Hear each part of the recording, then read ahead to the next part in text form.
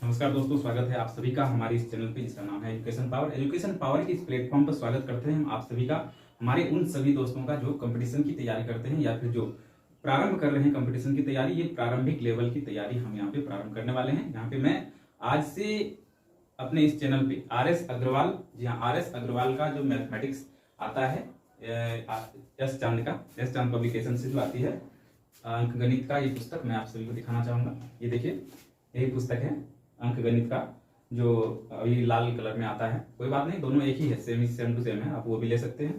तो आपके पास यदि ये पुस्तक है तो आप इसमें रेडी हो जाएं, या नहीं है तो आप इसको परचेज कर लें, क्योंकि आज से हम इसके जो है इस पुस्तक को प्रारंभ कर रहे हैं, शुरू कर रहे हैं। यानी कि RS अग्रवाल की न्यू बैच है आज से, और एक एक करके मैं सारे क्वेश्चन को इसमें बनाऊंगा, और ये सीरीज आप सभी के लिए काफी महत्वपूर्ण होगा।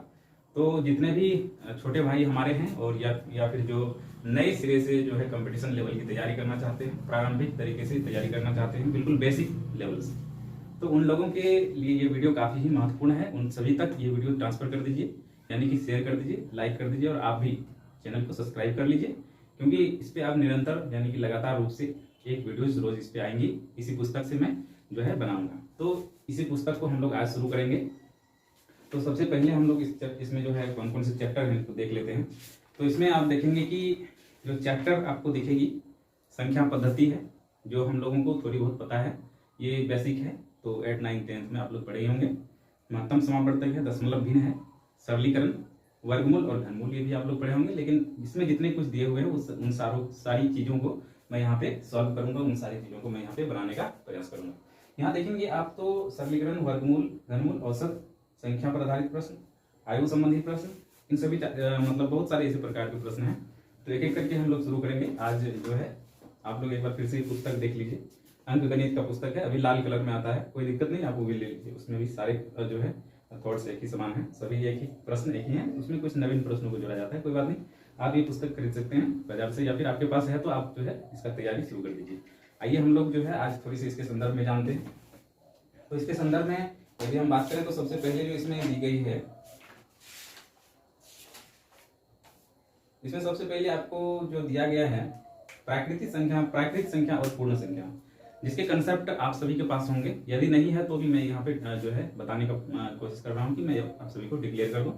प्राकृतिक संख्या वह संख्या होती है जो मतलब जिसमें जीरो युक्त नहीं होता है, जीरो युक्त नहीं होता है, क्योंकि जीरो किसने दिया था?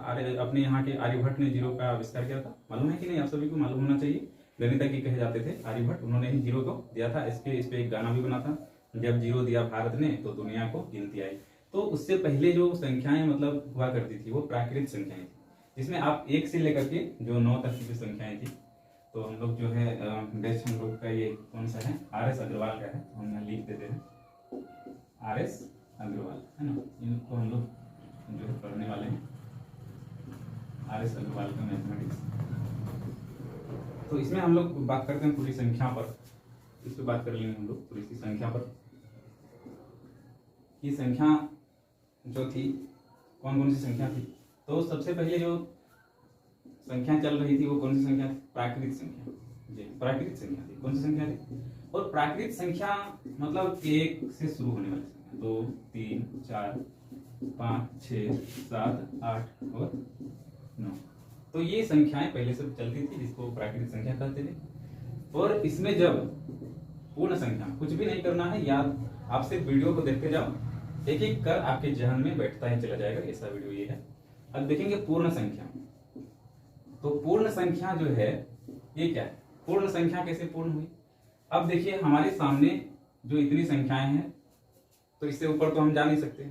इससे ऊपर जाने के लिए इसमें क्या करना पड़ा? जब जीरो आर्यभट्ट के द्वारा दिया गया, यानी कि भारत के वो गणितज्ञ थे, जीरो इसमें सम्मिलित कर देने पर 2, 3, 4, तो इस प्रकार से जो 6, 7, 8, 9, ठीक है। तो ये संख्या जो हो गई, ये कौन सी संख्या हो गई? ये पूर्ण संख्या हो गई। तो प्राकृतिक संख्या और पूर्ण संख्या में शायद आप सभी को कोई भी कंफ्यूजन नहीं रहा हो। अब हम लोग आगे बढ़ते हैं। दो संख्याओं को, प्राकृतिक संख्या, पूर्ण संख्या हमने जान लिया। अब इकाई, दहाई, सैकड़ा, हजार, ये तो बचपन से ही पढ़ते हैं, तो आप सभी को पता ही होगा। एक जो है भारतीय संख्यांकन पद्धति है और एक अंतरराष्ट्रीय संख्यांकन पद्धति है। यदि आप लोग इस पे वीडियो चाहते हैं तो आप कमेंट कर देना, अन्यथा ये तो बहुत छोटी सी टॉपिक है, इस पे आप सभी को शायद आप सभी को पता हो। तो हम लोग आगे बढ़ते हैं।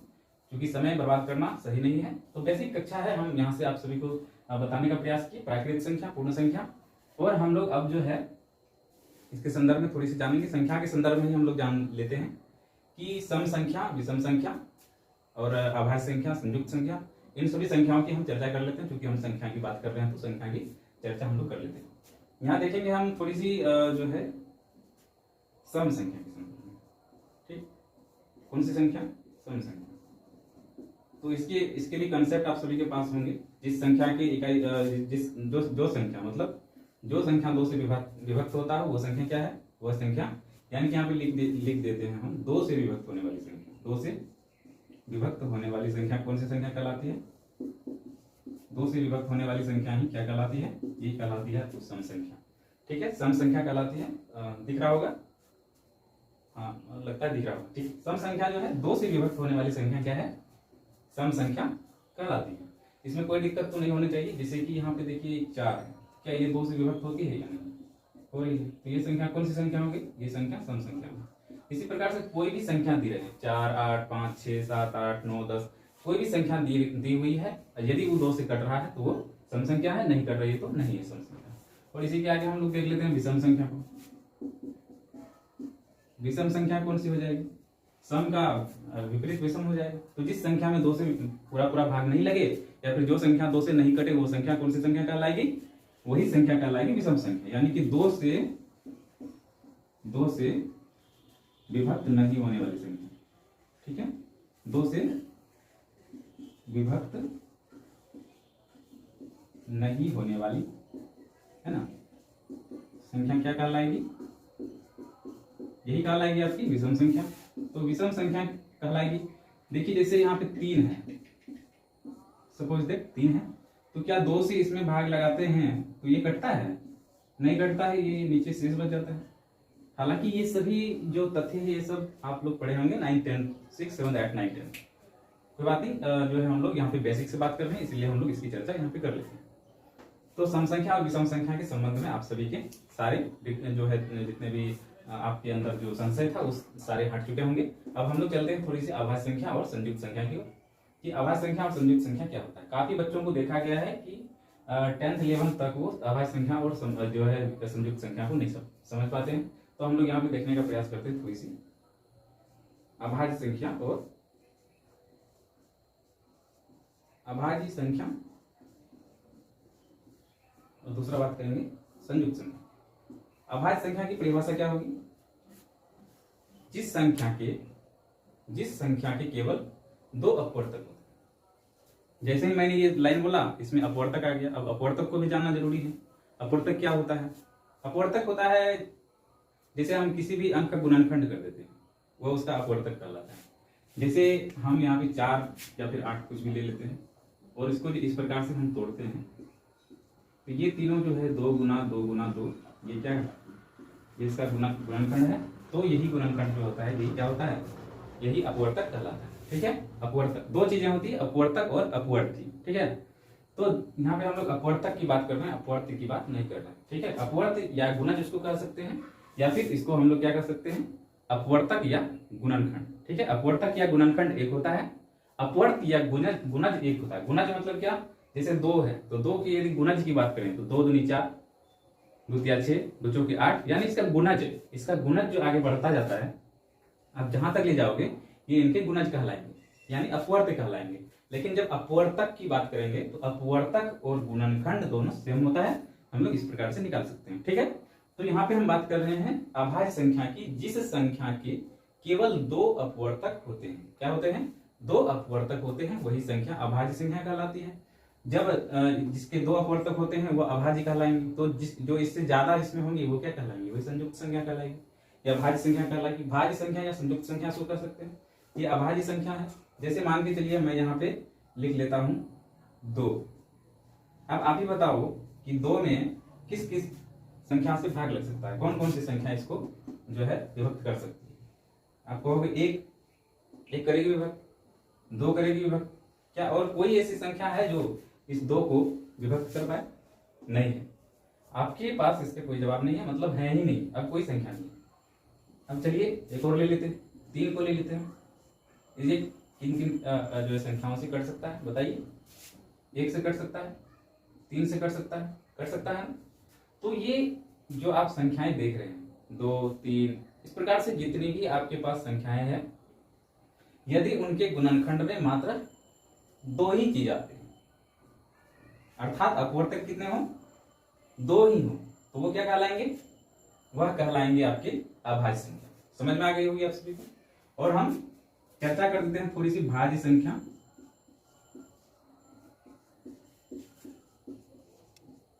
या संयुक्त संख्या के संदर्भ में, ठीक है। तो भाज्य संख्या या फिर संयुक्त संख्या क्या है, इसके संदर्भ में हम लोग थोड़ी सी बात करते हैं।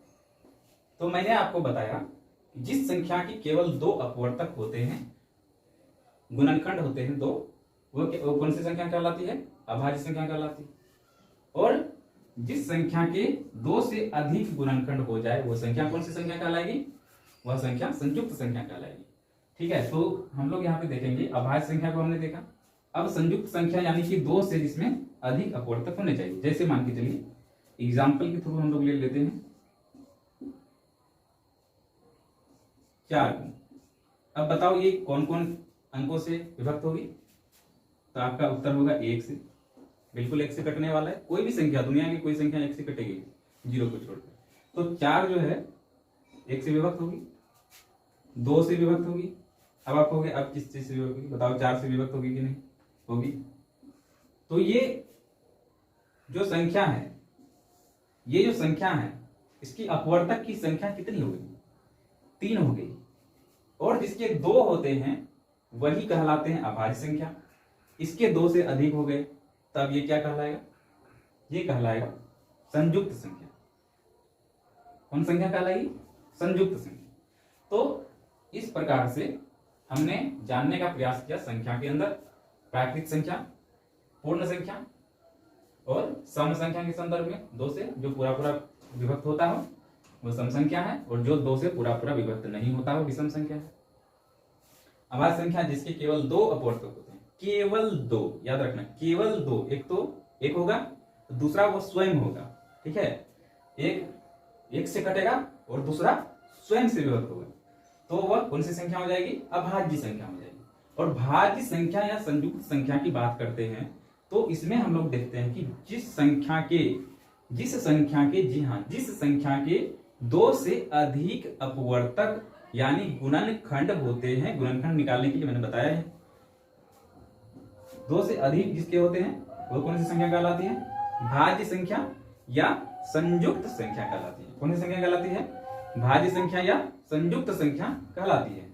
अब हम लोग आगे बढ़ेंगे, शायद संख्या के संदर्भ में आप सभी के छोटे कंसेप्ट क्लियर हो गए होंगे। बेसिक कंसेप्ट जो था इसके संदर्भ में वो शायद आप लोगों को मैंने दे दिया है। अब थोड़ी सी हम बात करेंगे इससे आगे की।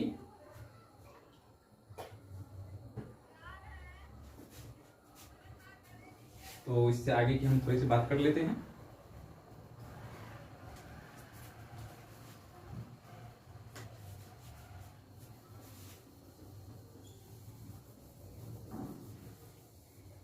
आप सभी को ये वीडियो लेक्चर कैसा लग रहा है कमेंट बॉक्स में जरूर लिखें। यदि कोई इसमें सुधार करने की आवश्यकता हो तो किया जाएगा। और ये वीडियो आप लोग लाइक कीजिए, शेयर कीजिए, सब्सक्राइब कीजिए, ताकि हमारे उन छोटे भाइयों और उन बहनों तक पहुंच सके जो प्रारंभिकता से कंपटीशन में आना चाहते हैं, कंपटीशन की बेसिक लेवल की तैयारी करना चाहते हैं। आज ये बेसिक डेट हमारा है, और जितना ज्यादा से ज्यादा आप लोग शेयर कर दें, सब्सक्राइब कर लें, लाइक करें, उतना अच्छा होगा आप सभी के लिए और हमारे लिए भी। मोटिवेशन मुझे मिलेगा और मैं इस पे ज्यादा से ज्यादा कार्य करूंगा। हो सकता है आगे आने वाले समय में मैं लाइव क्लास भी आप लोगों के लिए लाऊं। और दोस्तों, मैं जितने भी यहाँ पे क्लास लाऊंगा उन क्लास का कोई भी फी निर्धारित नहीं होगा, बिल्कुल वो फ्री होंगी आप सभी के लिए, फ्री ऑफ कॉस्ट होंगी। तो आप सब इसको ज्यादा से ज्यादा शेयर करना ना भूलें। लाइक शेयर सब्सक्राइब कीजिए, लाइक शेयर सब्सक्राइब कीजिए, आपका सहयोग रहेगा तो हम सब कुछ कर सकते। चलिए हम लोग अब थोड़ा सा इसके संदर्भ में जानना चाहेंगे कि जो अब दूसरे तथ्य इसके संदर्भ में हम लोग जाने, जो इसके चैप्टर को प्रारंभ करने से पहले थोड़ी से हम लोग विभक्ति के नियम के बारे में जान लेते हैं, और कुछ जो है स्थानीय मान और जातीय मान के संदर्भ में आप लोगों की क्या मतलब धारणाएं हैं जो आप लोगों ने बना के रखी है, कंसेप्ट क्या है, उसको थोड़ा हम लोग क्लियर कर देते हैं। ठीक है, तो यहाँ पे आप लोग को मैं बताना चाहूंगा विभक्ति के नियम। दोस्तों, आप जब भी हमारे इस चैनल को देखें, हमारी इस वीडियो को देखें, क्लास जब भी आप देखना शुरू करते हैं तो उससे पहले आप एक कॉपी और एक पेन अवश्य ले लें, ताकि जो महत्वपूर्ण चीजें होती है उसको आप नोट करते जाएं। ऐसे तो आप वीडियो बैक करके उसको लिख सकते हैं, लेकिन यदि आप साथ साथ लिखते जाएंगे तो ज्यादा आपको जो है आसान होगा। तो आइए हम लोग देखते हैं इस RS अग्रवाल के प्रथम चैप्टर में। आज हम लोग विभक्ति के नियम को देखते हैं, और इसके बाद जो है विभक्ति के नियम के बाद हम लोग प्रथम चैप्टर में हाथ लगा देंगे। तो वीडियो को ज्यादा से ज्यादा आप लोग शेयर कर दीजिए, ताकि आज की क्लास जिसके मिस हो भी जाए उसके प्रारंभिक क्लास मिस ना हो। ठीक है, तो चलिए हम लोग यहाँ पे देख लेते हैं विभक्ति के नियम। विभक्ति यानी कि विभाज्यता के नियम, या फिर विभक्ति या विभाज्यता, विभक्ति या विभाज्यता के नियम। ठीक है, रूल होते हैं कुछ विभाज्यता के। देखो दोस्तों, चूंकि आप लोग हमारे इस सेशन को बेसिक क्लास के रूप में ले रहे हैं, क्योंकि बेसिक क्लास की ये बुक्स है जिससे हम लोग पढ़ रहे हैं, RS अग्रवाल की बुक जो बेसिक बुक होती है, कंपटीशन लेवल की ये बेसिक बुक है। इसको पढ़ने के बाद आप में जो समझ विकसित होंगी, इसके बाद आप कोई भी पुस्तक को आसानी से बना सकते हैं। ऐसे आप यदि कोई भी पुस्तक लेते हैं तो आपको थोड़ा भारी पड़ेगा। तो हम लोग यहाँ से शुरू करते हैं। यहाँ देखिए, विभक्ति के नियम या फिर विभाज्यता के नियम के अंतर्गत हम लोग जानेंगे जो हमारे पास जो कुछ संख्याएं होती है, जैसे कोई भी संख्या, बड़ी बड़ी संख्याएं आ जाती है और हम लोगों को भाग देने में काफी दिक्कत होती है, जबकि उसमें पूछा से किया जाता है कि यह संख्या 2 से विभक्त होगी कि नहीं होगी, 4 से विभक्त होगी कि नहीं होगी। ऐसे प्रश्न कंपटीशन में लगातार देखे जाते हैं, चाहे वो मैट्रिक लेवल की कंपटीशन आप दे रहे हो, इंटर लेवल की दे रहे हो। इस प्रकार के प्रश्न यदि आपके दिमाग में होता है तो कोई भी कैलकुलेशन करने में काफी आसान होती है। तो हम लोग आज विभक्ति के या विभाज्यता के नियम को देखते हैं। तो इसमें हम लोग जो मुख्य जो अंक हैं उनकी विभाज्यता के नियम को देखेंगे। यूं तो सारे अंकों की विभाज्यता के नियम हैं, मगर कुछ ऐसे अंक हैं दोस्तों जो बहुत कठिन है। उसको ऐसे करने से अच्छा है आप डायरेक्ट उसको भाग देकर निकालें। तो जो आसान है, जो अच्छा है, जो आपको काम आएगा, याद रहेगा, वो मैं यहाँ बता रहा हूँ। तो जो हम लोग प्रारंभ कर रहे हैं वो प्रारंभ कर रहे हैं हम लोग 2 से विभाज्यता के नियम। 2 से विभाज्यता के नियम। 2 से विभाज्यता के क्या नियम हैं ये हम लोग आज देखेंगे। तो दोस्तों, इसमें आप याद रखना,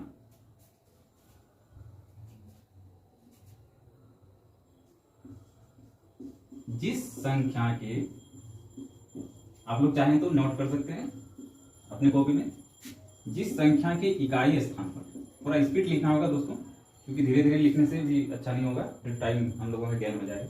तो आप लोग सुन भी रहे हैं तो आप लोग लिख सकते हैं, जिस संख्या के इकाई स्थान पर, इकाई स्थान पर, आप सभी को पता होगा इकाई दहाई, तो इकाई स्थान पर ध्यान रखनी है 0, 2, 4, 6, 8। ठीक है, हो वह संख्या 2 से विभक्त होगी। ठीक है, की पॉइंट है दोस्तों, ये की पॉइंट है। यदि आपको ये बेसिक चीजें पता होंगी तो आप बड़े बड़े मैथमेटिक्स में उलझेंगे नहीं और आसान से अपना कैलकुलेशन कर लेंगे। तो यहां देखिए, जिस संख्या के इकाई स्थान पर 0, 2, 4, 6 या 8 हो, वह संख्या क्या होगी? 2 से पूर्णतया विभक्त होगी। जैसे आपको यदि कोई बड़ा सा संख्या दे दिया, जैसे 2, 4, 3, 2, 1, माना कि ये संख्या आपको दे दिया गया और आपसे पूछ लिया गया क्या ये संख्या 2 से विभक्त है, तो क्या कंपटीशन में आपके पास इतना समय होता है कि आप इसको भाग देकर निकालें? संभव नहीं। तो ऐसे कुछ इसके लिए नियम बनाए गए हैं जिनके माध्यम से हम लोग आसानी से जान सकते हैं कि ये विभक्त होगा या नहीं होगा। तो सीधा सीधी हम लोग जान सकते हैं इसमें, जिस संख्या के इकाई स्थान पर 0 हो, 2 हो, 4 हो, 6 हो या फिर 8 हो, ठीक है, ये संख्या क्या होगी? ये संख्या 2 से पूरा पूरा विभक्त होगा। ठीक है, ये संख्या क्या होगी? 2 से पूरा पूरा विभक्त होगा। तो आपके सामने जो मैंने ये संख्या लिखा है, आपके सामने जो मैंने ये संख्या लिखा है लंबा सा, इस संख्या के इकाई स्थान, हम लोग इधर से इकाई भाई गिनते हैं, इकाई स्थान, जैसे इकाई स्थान यहाँ पे क्या है? यहाँ पर 1 है। क्या 1 इस संख्याओं में है? 0 है? 2, 4, 6, 8 कोई भी संख्या मैच कर रही? नहीं कर रही है ना। तो ये संख्या 2 से विभक्त नहीं होगी। समझ गए दोस्तों? ये संख्या 2 से विभक्त नहीं होगी। अब इसी स्थान पर यदि मैं यहां से इसको हटा दूं तो जो हमारा प्रारंभिक यानी कि इकाई अंक होगा वो क्या होगा? 2 होगा। ठीक है, जब यहाँ इकाई अंक 2 होगा तो मतलब यहाँ इकाई अंक 2 है और जो इनमें प्रयुक्त है अर्थात इसमें है, तो इसमें जो होने के कारण ये संख्या क्या हो जाएगी? 2 से विभक्त होगी। इकाई स्थान पे है तो ये संपूर्ण संख्या 2 से विभक्त होगी, चाहे इधर मैं कुछ भी लगा दूं। ठीक है, इधर मैं कुछ भी लगा दूं, ये संख्या 2 से विभक्त होनी ही होनी है। समझ गए दोस्तों? ये ऐसा ही फॉर्मूला है। तो इसके बाद हम लोग 3 से विभाज्यता के नियम को देखते हैं। 3 से विभाज्यता के नियम, क्योंकि ये बेसिक बेच है इसीलिए हमें बेसिक से बताना पड़ता है। ठीक है दोस्तों, 3 से विभाज्यता के नियम। अब देखिए 2 से विभाज्यता के नियम को हमने देखा, अब थोड़ा सा हम 3 से विभाज्यता के नियम को देख लेते हैं कि 3 से विभाज्यता का नियम क्या बताता है। तो इसमें आप देखेंगे कि जिस संख्या के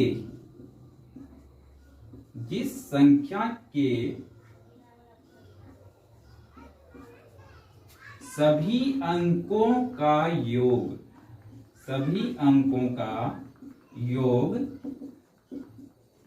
क्या हो? 3 से विभक्त हो। ये सभी चीजें आपकी पुस्तक में भी दी हुई है, यदि आपके पास किताब है तो आप उनका सहारा ले सकते हैं, आप ना लिखें। अंकों का योग 3 से क्या हो?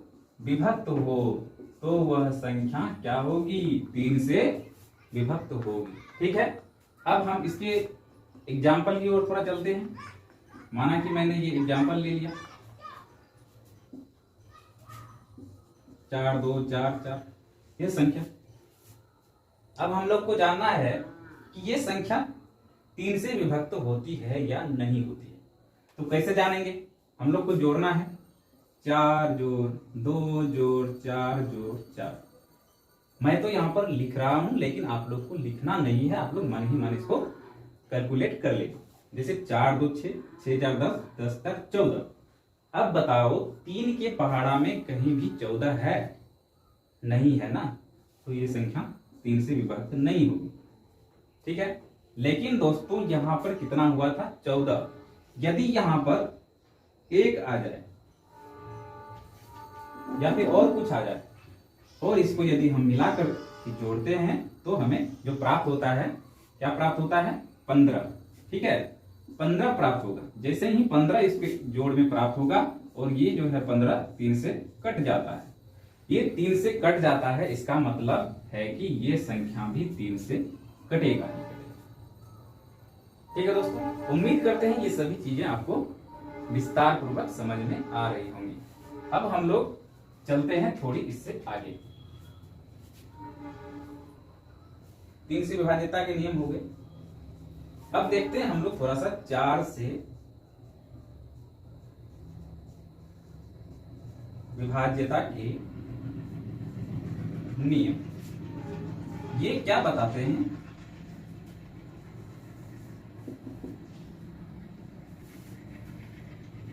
ये नियम बताते हैं कि 4 से विभक्त जो है वही संख्या हो सकती है, अर्थात इसको हम लिख सकते हैं जिस संख्या के जिस संख्या के इकाई तथा दहाई अंकों से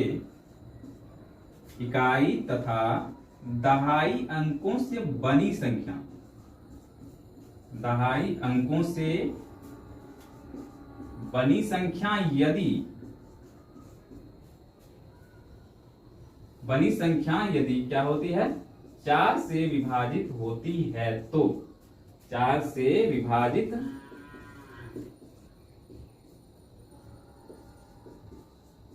होती है तो दी गई संख्या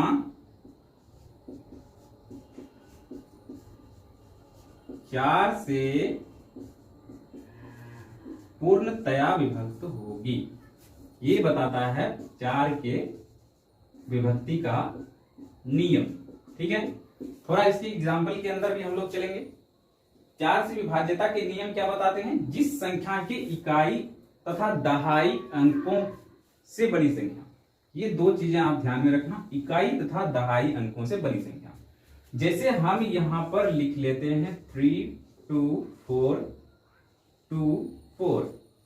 एक संख्या मैंने ले ली एग्जाम्पल के तौर पर। आप देखो इसमें 3, 2, 4, 2, 4 मैंने लिखा है। अब आपसे यदि हम पूछें कि ये संख्या 4 से विभक्त होगी या नहीं, तो आप कहेंगे कि इतना लंबा भाग देकर देखना होगा। यदि हम इस विभक्ति के नियम को फॉलो करते हैं तो इकाई ये है और दहाई ये है। इन दोनों अंकों से बनी संख्या है 24। अब आप बताओ 4 के पहाड़ा में 24 है या नहीं, है ना। 4 के पहाड़ा में 24 है। 4 के पहाड़ा में जब 24 है तो ये 24 4 से विभक्त होता है, अर्थात ये दी गई संख्या 4 से विभक्त है। इसमें कोई संशय आप सभी को नहीं होना चाहिए। अब हम लोग 4 के बाद हम लोग 5 से विभक्ति के नियम को देखेंगे। 5 से विभक्ति के नियम क्या कहते हैं, यहां देख लेते हैं हम लोग 5 से विभक्ति के नियम। 5 से विभक्ति का नियम दोस्तों काफी आसान है, इसको हम लोग ऐसे ही याद कर सकते हैं। 5 से विभक्ति के नियम यहां देखें आप सभी। 5 से विभक्ति के नियम, जिस संख्या के इकाई स्थान पर, ठीक है, यानी कि हम यहां डायरेक्ट लिख सकते हैं जिस संख्या के, पूरा ही लिख देता हूं, जिस संख्या के इकाई स्थान पर, कहां पर, इकाई स्थान पर 0 या फिर 5 हो। ठीक है दोस्तों, 0 या फिर 5 हो, वही संख्या 5 से विभक्त हो सकती है। जैसे देखिए हम यहां पे लिख देते हैं 2, 4, 3, 0 एग्जाम्पल। तो 2, 4, 3, 0 जो लिखा, इसके इकाई स्थान पर कौन सा अंक है, इकाई स्थान पर 0 है। कौन सा अंक है, 0 है। और ये 0 होने के कारण जो हमारा ये 5 से विभक्ति का नियम बताता है कि इकाई स्थान पर यदि 0 और 5 है तो ही वह संख्या 5 से विभक्त होगी। और यहां पर आप देख रहे हैं कि इसके इकाई स्थान पर 0 है, अर्थात ये संख्या 5 से विभक्त है। इसमें कोई संशय नहीं होनी चाहिए। अब आगे एक और संख्या हम यहाँ पे लिख देते हैं 3, 4, 5।